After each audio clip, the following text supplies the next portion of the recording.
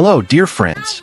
Today, I want to talk with you about something deeply human, something emotional, tender, and often very difficult to face.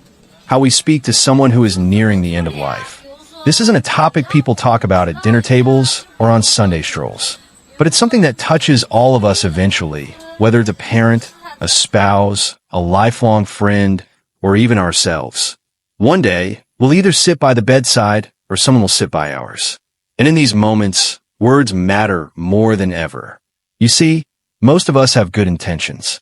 We want to comfort, to encourage, to bring hope. But sometimes, even well-meant words can land like heavy stones. They can make someone feel misunderstood, dismissed, or even more alone. That's why today, I want to gently walk you through 7 things you should never say to a dying friend, even if your heart is in the right place. This isn't about judgment or shame. It's about love. It's about learning to show up better, with more grace, more empathy, and more presence. So let's begin. 1. Everything happens for a reason. Now, I know this phrase is popular. We say it to try to make sense of pain. But when someone is facing the end of their life, hearing this can feel cold or dismissive. Imagine being told your cancer, your suffering, your shortened time with your children, all happened for a reason. What reason could possibly feel good enough? Instead, try saying, I don't have the right words, but I'm here with you. Or, this isn't fair, and I'm so sorry you're going through it. Sometimes, acknowledging the unfairness is the most healing thing you can do. 2. You're going to beat this. This one comes from a good place. We want to inspire courage, keep hope alive. But when someone is terminally ill, they often already know the reality. Telling them they'll beat it can make them feel like they can't be honest about how scared or tired they are. It puts pressure on them to be brave when maybe they just need a rest. Instead, try, I admire how strong you've been through all of this. Or, I'm with you every step of the way, no matter what.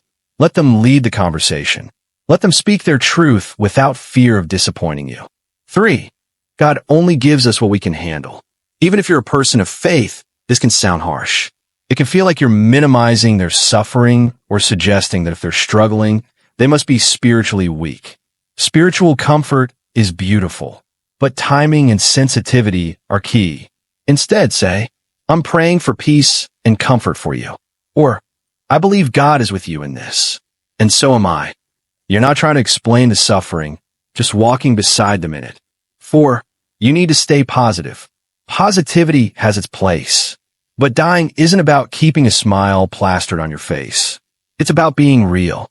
Sometimes it's peaceful, but often it's messy, confusing, and emotional. Telling someone to stay positive can shut down real conversations. It can make them feel like they're not allowed to grieve, to cry, to be afraid. A better approach might be, how are you feeling today, really? Or, it's okay to feel whatever you're feeling. I'm here. This creates space for honesty and healing. 5. You look great. Now this one may surprise you. It seems like a compliment, right? But when someone is dying and they're losing weight, strength, hair, telling them they look great can feel dishonest or patronizing. They know they don't look like themselves. And they might be wondering, if I look great now, what does that say about how I looked before? Try this instead. It's so good to see you today. Or, I've missed your smile. Notice their presence, not their appearance. 6. Let me know if you need anything. Again, very common and very well-meaning. But here's the truth. Someone who is dying or caring for someone who is dying is usually overwhelmed. They don't have the energy to tell you what they need. Instead of putting the responsibility on them, offer something specific.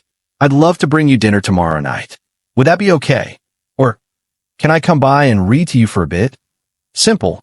Thoughtful acts mean more than vague promises. 7. I know exactly how you feel. Even if you've lost someone, even if you've had cancer, you don't know exactly how they feel. Everyone's experience is personal, sacred, and unique. Saying this can feel like you're taking the spotlight away, even if you don't mean to. Instead, say, I can't imagine exactly what you're going through, but I'm here to listen. Or, your strength, your grace, I truly admire it. Let their experience be theirs. Offer your heart, not your comparisons. I've sat by bedsides. I've held hands in hospital rooms. I've seen both peace and panic in those final moments. And if there's one thing I've learned, it's this. People don't need perfect words. They just need presence. They need love that listens, a hand to hold, a heart that stays soft. Sometimes the most powerful thing you can say is nothing. Just be there. A gentle touch on a hand, a soft smile, a shared memory, a quiet tear. These moments, they mean more than 1,000 polished speeches. So my friend, as we age, as we walk alongside others on their journey, let's remember, our words carry weight. They can wound or they can heal.